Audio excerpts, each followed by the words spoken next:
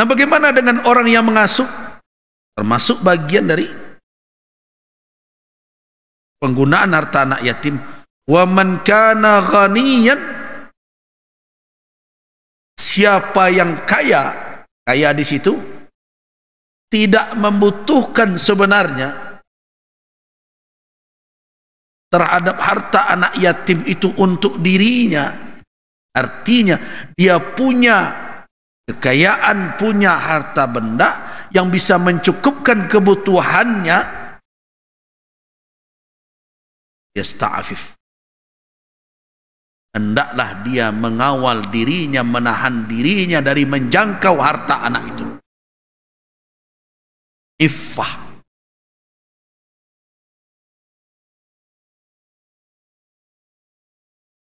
Siapa orang yang memiliki sifat iffah? Yang bernama Afif dan Afifah banyak. Kan orang yang memiliki sifat iffah itu kalau laki-laki Afif, Afifi. Kalau yang perempuan Afifah. Afif makna dhu iffatin. Karena Afifah dhatu iffah. Orang yang memiliki sifat iffah. Apa itu sifat iffah? Orang yang bisa mengawal dirinya, menjauhi segala hal, jangankan yang haram, yang subhat pun. Dalam perkara yang mubah pun kadang dia berpantang. Itu orang iffah.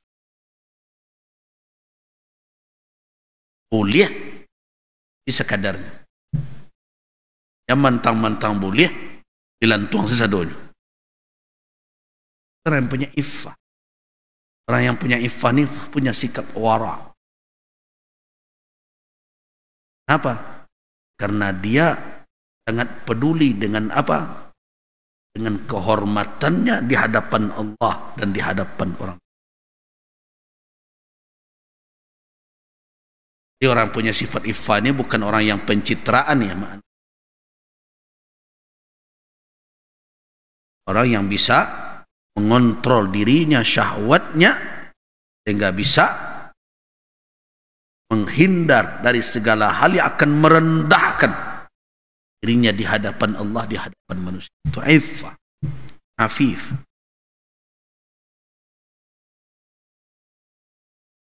Jadi orang yang memiliki kekayaan atau harta benda yang bisa mencukupkan kebutuhannya, maka pakailah sifat iffah, kata Allah. Wal yasta'afif. Artinya apa? Tahan diri, kawal dirimu, jangan sampai menjangkau harta mereka.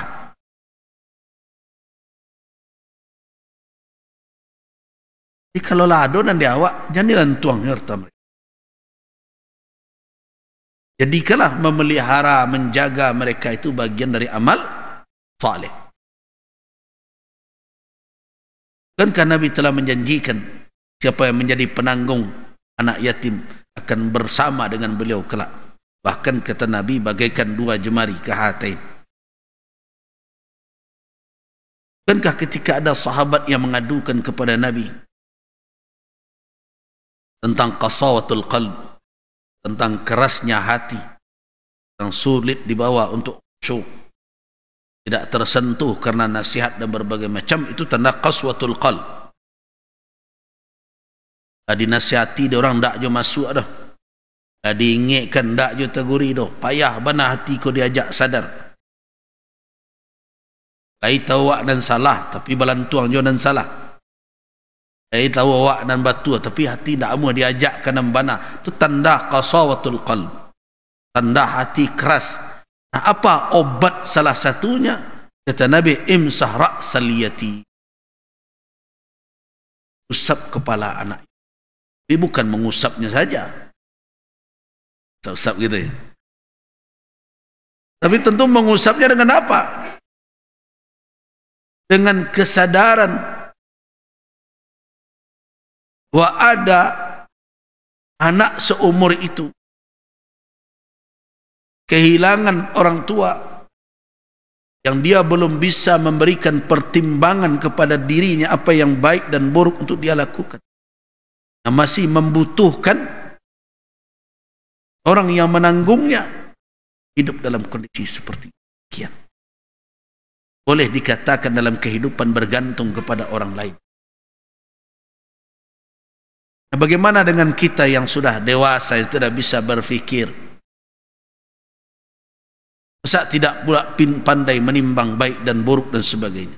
Imsah ra'sal yatim. Usap kepala anak itu.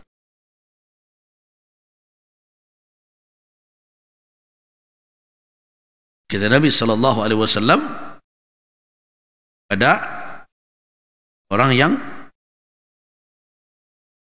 mengalami kekerasan hati. Nah, begitu janji Rasul kepada orang-orang yang mau menjadi kafil. Nah, kalau kita telah mampu membiayai diri kita, jadikanlah amal perbuatan itu sebagai perbendaharaan pahala yang akan kita temui kelak di akhirat. Tidak usah sentuh lagi harta mereka. Biarlah yang kita berikan, yang kita pergunakan harta yang telah diberi rezeki kita oleh Allah Subhanahu wa taala untuk menanggung mereka itu sebagai amal saleh. Kalau kamu ghani, kalau kamu kaya, terpenuhi olehmu kebutuhanmu, makanya kata Allah, falyasta'fif, pakailah sifat if. Artinya apa? Tahan dirimu, tidak usah engkau jangkau pula harta mereka. Wa man kana faqiran, namun siapa yang fakir, kalau yang menanggung anak yatim itu fakir, dia yang menjadi walinya. Fakir ini tidak sama dengan miskin. Ini salah satu dasar oleh ulama mengatakan bahwa fakir itu lebih berbahaya, lebih berat kondisinya dibandingkan dengan miskin. Fakir ini adalah suatu kemiskinan yang membuat orang menjadi hina dan rendah. Fakir dalam pendapat sebagian ulama lebih berat dibandingkan dengan, lebih dahsyat dibandingkan dengan miskin. Jadi kalau kamu dalam keadaan fakir, fakir bukan hanya sekadar miskin, tapi sama sekali tidak ada lagi yang bisa kamu pakai. Jadi boleh dikatakan secara ekonomi sudah sangat darurat keadaannya. Nah, disinilah baru ada izin untuk memakannya, tapi tidak izin lepas, bil ma'ruf. Silakan kamu memakannya, tapi tetap berdasarkan kepatutan. Itu syariat. Fakir ya, nindak baru saja sedikit kurang atau anak yatim tampak. Allah tidak sebut miskin. Saya termasuk yang cenderung kepada pendapat ulama mengatakan fakir itu lebih parah dibandingkan dengan. Nah, ini diperkuat lagi dengan apa? Dengan hadis Nabi SAW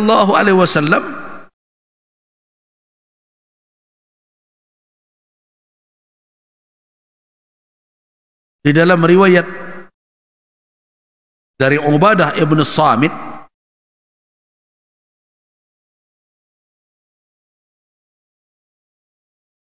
Nabi SAW pernah berdoa,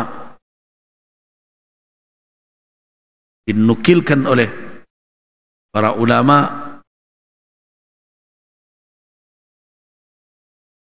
dari banyak sahabat, dari Abu Sa'id Al-Khudri, dari Anas ibn Malik, dari Ubadah ibn Samit,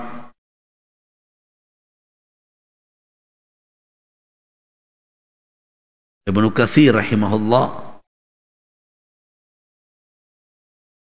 menukilkan hadis ini dalam kitab Al-Bidayah wan Nihayah. Dan begitu juga hadis ini diriwayatkan oleh Al-Imam At-Tirmidzi dan juga diriwayatkan oleh Al-Imam Ibnu Hajar Al-Asqalani ketika belum mensyarahkan Sahih Al-Imam Al-Bukhari dalam kitab beliau Fathul Bari. Diriwayatkan juga oleh Al-Imam Ad-Diya Al-Maqdisi dalam kitab Al-Ahadits Al-Mukhtara.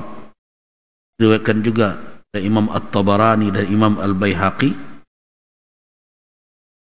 Para ulama mengatakan hadis ini dhaif, tetapi tidaklah dalam kategori maudhu', palsu, walaupun ada kadang yang mengatakan mungkin dari satu riwayat.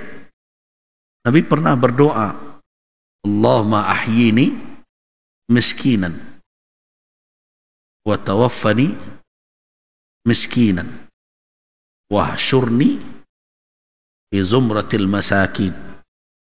Ya Allah, hidupkanlah aku dalam keadaan miskin, wafatkan aku dalam keadaan miskin, dan bangkitlah aku di tengah kelompok orang-orang miskin. Itu menunjukkan bahwa miskin tidak separah fakir. Nabi SAW tidak berpantang hidup miskin. Tetapi fakir,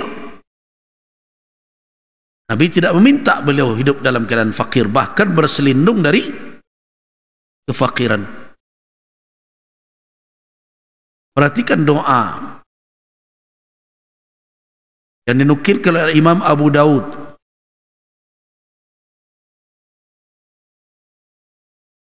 Imam Abu Daud dan Al-Imam An-Nasa'i meriwayatkan dari Abi Bakrah,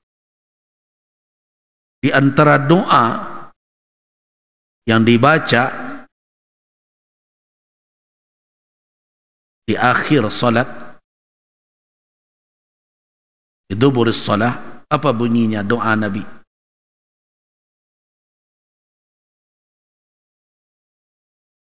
Allahumma inni a'udzubika minal kufri wal faqri wa adzabil qabri. Itu di antara doa. Dan banyak doa-doa di akhir salat itu. Allahumma inni a'udzubika min adzabi jahannam dan lain-lain. Ya kan? Allahumma lima qaddamtu wa ma akhartu. Di antara doa sebagaimana diriwayatkan oleh Imam At-Tirmidzi juga dan Imam An-Nasa'i. Imam An-Nasa'i meriwayatkan dari Abi Bakrah, apa doa Nabi di antaranya? Allahumma inni a'udzubika minal kufri wal faqri wa adzabil qabri. Ya Allah, aku berselindung kepada Engkau dari kekufuran, kefakiran, dan azab kuburan. Azab kubur.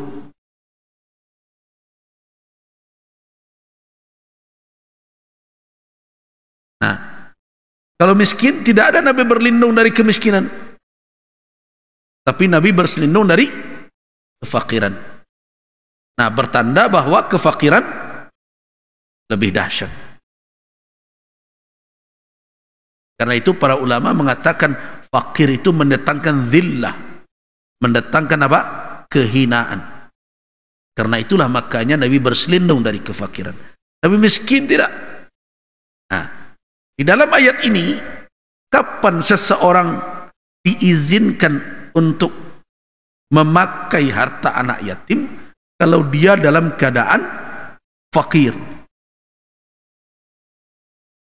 Para ulama mengatakan bahwa fakir itu adalah orang yang tidak ada lagi pemasukan sama sekali. Bukan hanya tidak cukup, memang tidak ada. Nah, dalam kondisi darurat seperti itu boleh memakan. Tapi ingat, memakan bukan seenak-enaknya, tapi bil ma'ruf, kepantasan. Nah, apa yang pantas? Yaitu adalah untuk menutupi apa? Kebutuhan saja, tidak untuk memenuhi keinginan. Mentang-mentang dibolehkan, ibarat ayam kejamu jadinya. Jangan seperti itu.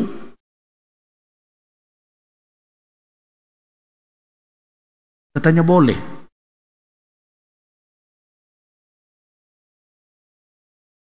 Ingat, ada kalimat di situ, falyakul bil ma'ruf. Makanlah sesuai dengan yang patut. Nah, orang Minang kok keceknya tahu bana jo alur dan patut.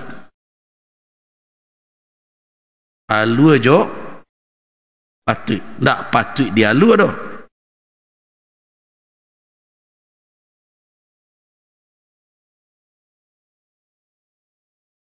Alur jo patut.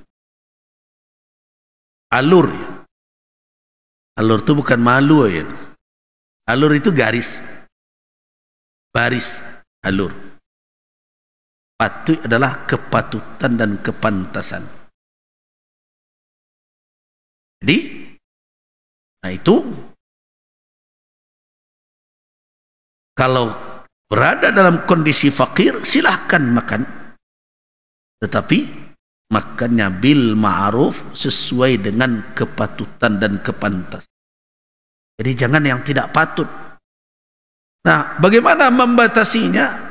Ya sekedar kebutuhan, hajat yang mendesak saja. Jangan dikira ketika diizinkan memakai harta anak yatim, ya habiskan saja, beli ini, beli itu. Tidak.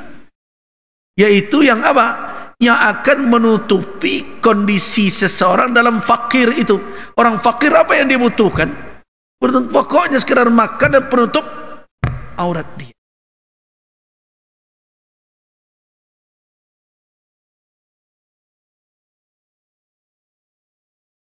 Nah, itulah aturan yang diberikan oleh Al-Quranul Karim. Ini ada dalam syariat Islam jelasnya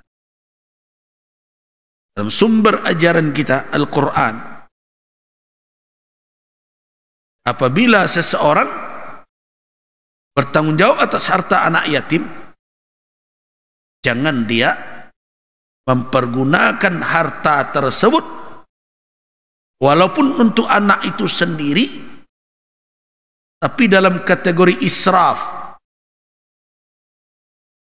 melampaui batas, mubazir, wabidara ayyakbaru, dan mempergunakannya tidak dalam skala prioritas sehingga akhirnya habis sebelum dia dewasa.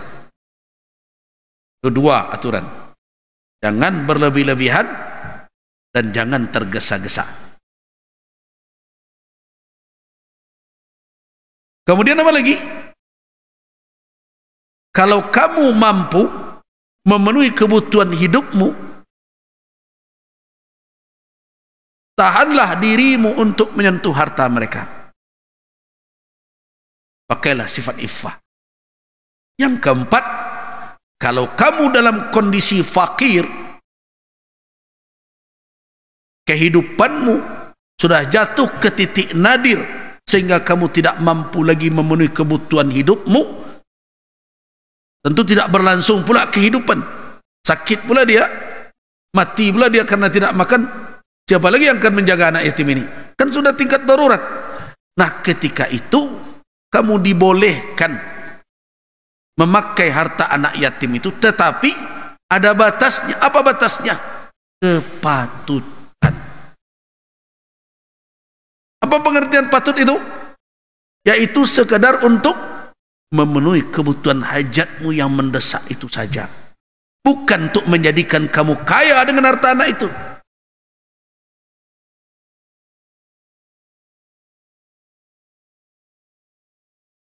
Kalau kamu sudah kaya, kamu tidak butuh itu. Jadi kamu tidak diizinkan untuk mempergunakan harta tersebut untuk kamu berfoya-foya. Artinya apa? Kamu tetap bertumpu kepada dirimu, kepada usahamu. Mudah-mudahan Allah melapangkanmu.